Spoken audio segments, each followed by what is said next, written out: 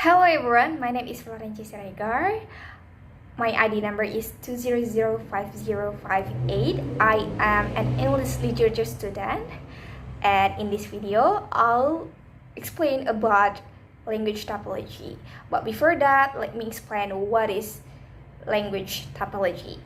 Language typology is the study of variety or diversity of language and the systematic classification of language based on their structural features.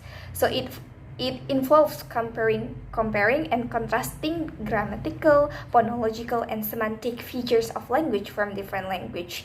So it's about identifying patterns of variation and similarities.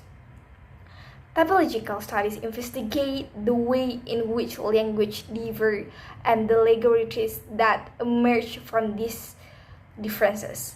This includes the examination of how language organize their sounds, words, phrase, and sentence, as well as how they encode meaning through grammar and vocabulary. So in this video, I'll discuss about language typology theory by three experts, which the first one is by Johannes Smith. In linguistics, he introduced the wave theory of language development.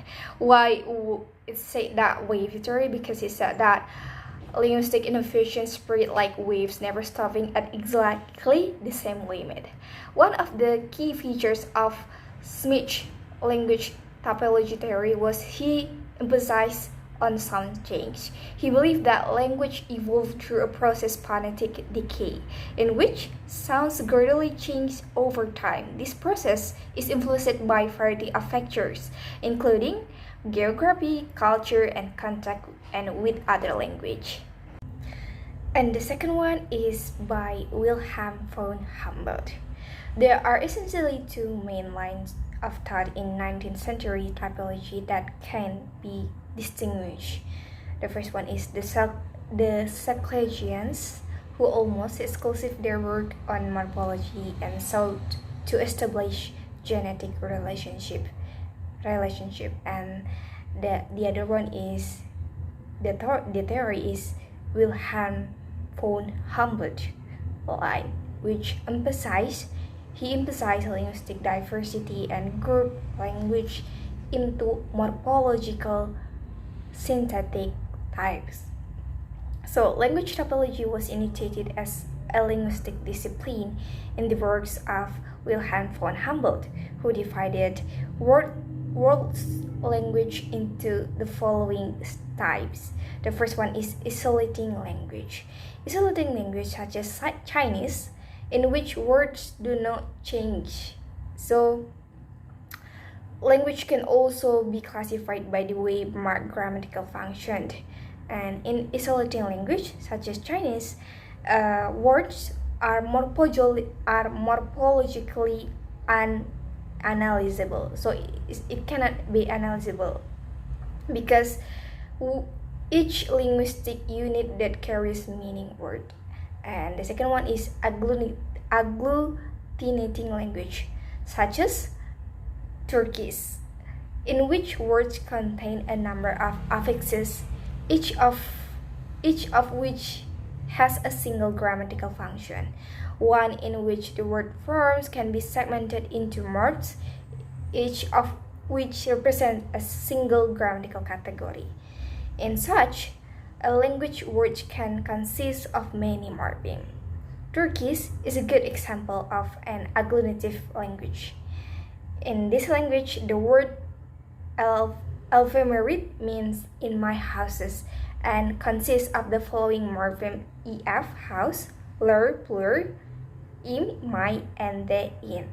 And the other one is an inflecting language, where a single word includes a number units of meaning, but one cannot assign this meaning units to distinct proportion of the word.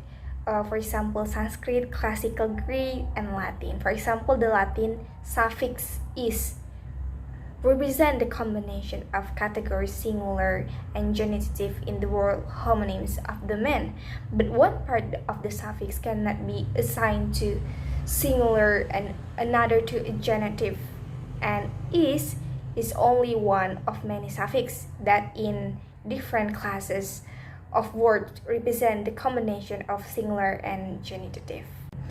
And the last theory is by William A. Sherwood. William A. Sherwood was a linguist who proposed a language typology theory in the 1960s. According to his theory, language may be differentiated into types in terms of four attributes which demonstrate a consistent tendency to affect social attitudes toward them. These are: first is historicity, whether or not the language is the result of a process of development through use. And the second one is standardization, which whether or not there exists for the language a codified set of grammatical and lexical norms which are normally accepted and learned by the language. And the third one is vitality, whether or not the language has an existing community of native speakers. And the fourth is homogeneity, whether or not the language basic lexicon and basic grammatical structure both device from the same stage of the language.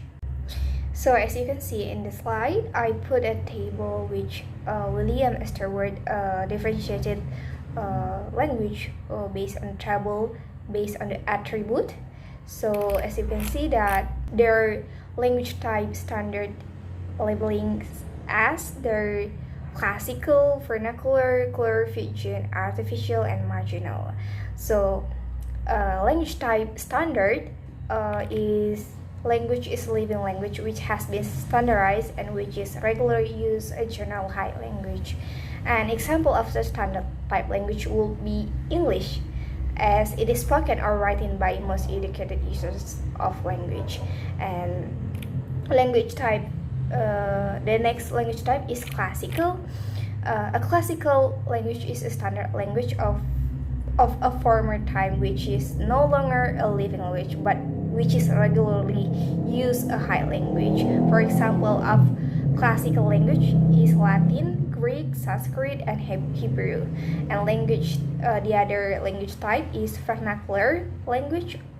Vernacular language are usually learned as first or native language, although in some cases they may be informally acquired as a second language by individual. And one of the example is most tribal language of Africa and America are vernacular types.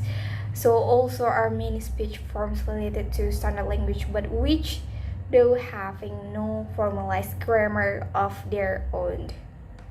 And the next language type is Creole and Pidgin.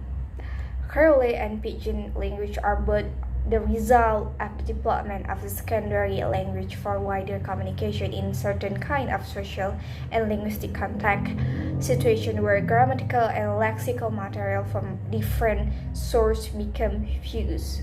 Several close related French-based Creoles are spoken in the Caribbean and English-based Creoles are spoken in Suriname and Sierra. Like vernacular Creoles may eventually become a standard language. And the last one of language type is artificial and marginal language. Artificial and marginal language are like in that they are both at whole creation. The former usually have highly rigidified and simplified structure which has been codified by their individual authors. Marginal speech forms have much less of an established structure, being simply tools of private communication between very limited numbers of individuals who are frequently in contact but who know no language in common. For example, of a few artificial languages which have become well known are Volapük, Esperanto, and more recently, Interlingua. Marginal languages have been quite common in colonial Asia and Africa as household language developed between European and their serpent. Okay, I think I have already explained the theory by three experts, and thank you for watching.